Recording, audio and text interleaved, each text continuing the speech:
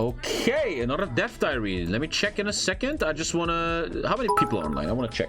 The real question is, do hot chicks like anime? The real question is, do hot chicks like anime? Why? That's a hard question, man. Is that Poland? You're not making a Poland focus tree, are you? No, wait. Poland focus tree rework. Ah, fuck. First of all, cool for single player, cool for achievement runs. Second, very, very, very bad for multiplayer. Because it does not matter a second what you do to Poland in multiplayer. In multiplayer, Poland isn't played, it just dies. So that's bad for our community. Let's take a look. People already joining here? Okay. Hello everybody and welcome to another death diary for the upcoming Barbarossa patch and yet to be announced DLC. Today I'm going to be talking about the first focus tree, which is a rework of Poland. Let me actually go to just chatting. Poland was first added as a free DLC on release for everyone, titled, united and ready. So as such, what you see in this diary will be free for everyone once Barbarossa drops. The next diary will continue to cover the DLC parts of the focus tree, because the tree is a bit too large to cover in one go. Enjoy. Poland is interesting because it's hugely popular minor. It's roughly as popular as Spain and more popular than Greece. Wow, so a lot of people play that in single player, huh? But yeah, in multiplayer that is like one of the least played nations. Yet it has a very difficult position sandwiched between the Soviets and Germany, which tends to scare people off. Perhaps it's a challenge, or its critical role in World War II, or just the large amount of Polish HOI4 friends, you tell me. We see some funny shit here. Why is there a beach? Cool little focus tree, I guess. How do you zoom here? How do you zoom? Well, cool focus tree. I can't really celebrate this so much because I'm a multiplayer guy.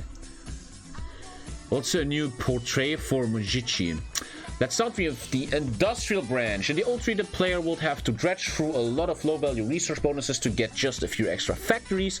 So many of the old focuses have been expanded with extra factories and bonuses. This is going to have impact in multiplayer because it looks like Poland is going to have more factories and thus boosts Germany a bit more.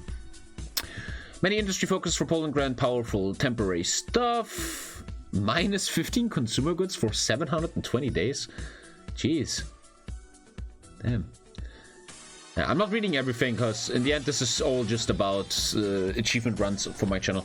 Poland was a nation with many problems in 1946, and one such problem was their rail networks were disparate and disconnected, largely due to the fact that Poland had only a few decades prior been part of the three different nations.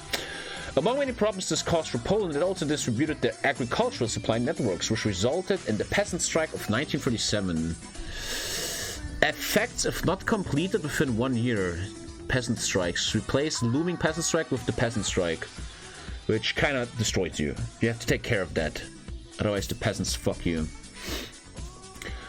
Beginning as mere whispers among the peasantry, if Poland fails to join the supply networks and enact major agricultural reform, they will be faced with a nasty peasant strike, damaging this. They pretty much lost if that happens. Okay, you gotta take care of that. The fuck is that? The Polish Peasant Union? The Polish Non-Subs United? Thank you, boosted in life. Failing to enact the reform entirely resulted in a massive populist uprising and a civil war.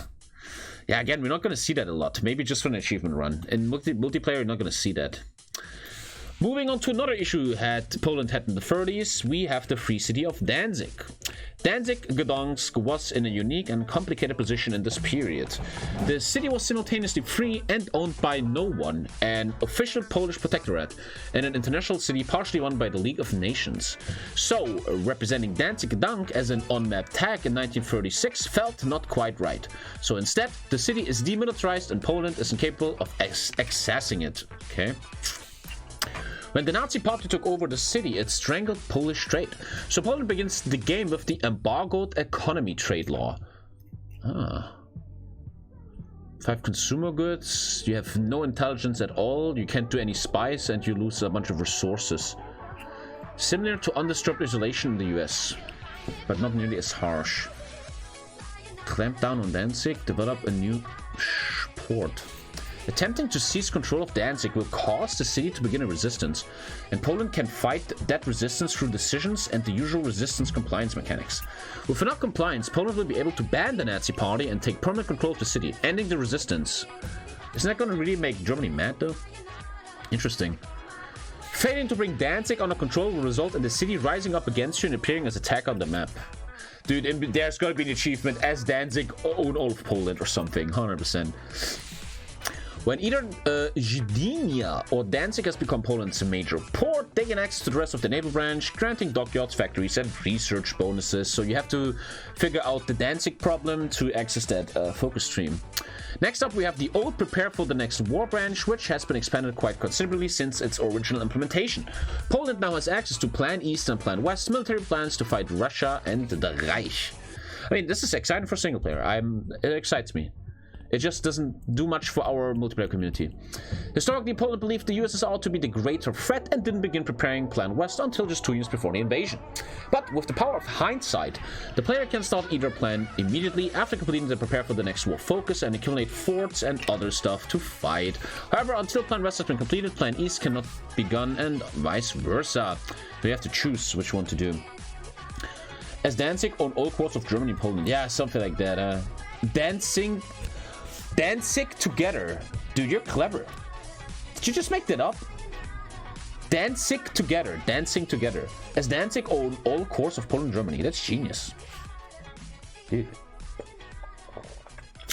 Very clever. Finally, probably the part of the three that has received the most love, the historical Polish political focus branch. Poland was not the United Stable regime we had previously seen on release. Along with impending threats outside the borders, Poland was plagued with infighting and factions. The dictatorship was divided between Castle, led by Ignacy Mujicki, and the Senatation Right, led by Edward Rydzich, and the Senatation Left by Valery Slavek. And then you figure out who needs to win, blah blah blah. Cool shit, align with the West. Commonwealth stuff. Cool. Revanchism. Yeah, I get it, man. Okay, cool. Where's everybody? Join the fucking game. Come on. Cool shit. Yeah, cool shit. Good shit. I'm excited for the single player achievement. Here's my final opinion. I'm excited for the single player and getting an achievement there, but for multiplayer, it doesn't mean anything.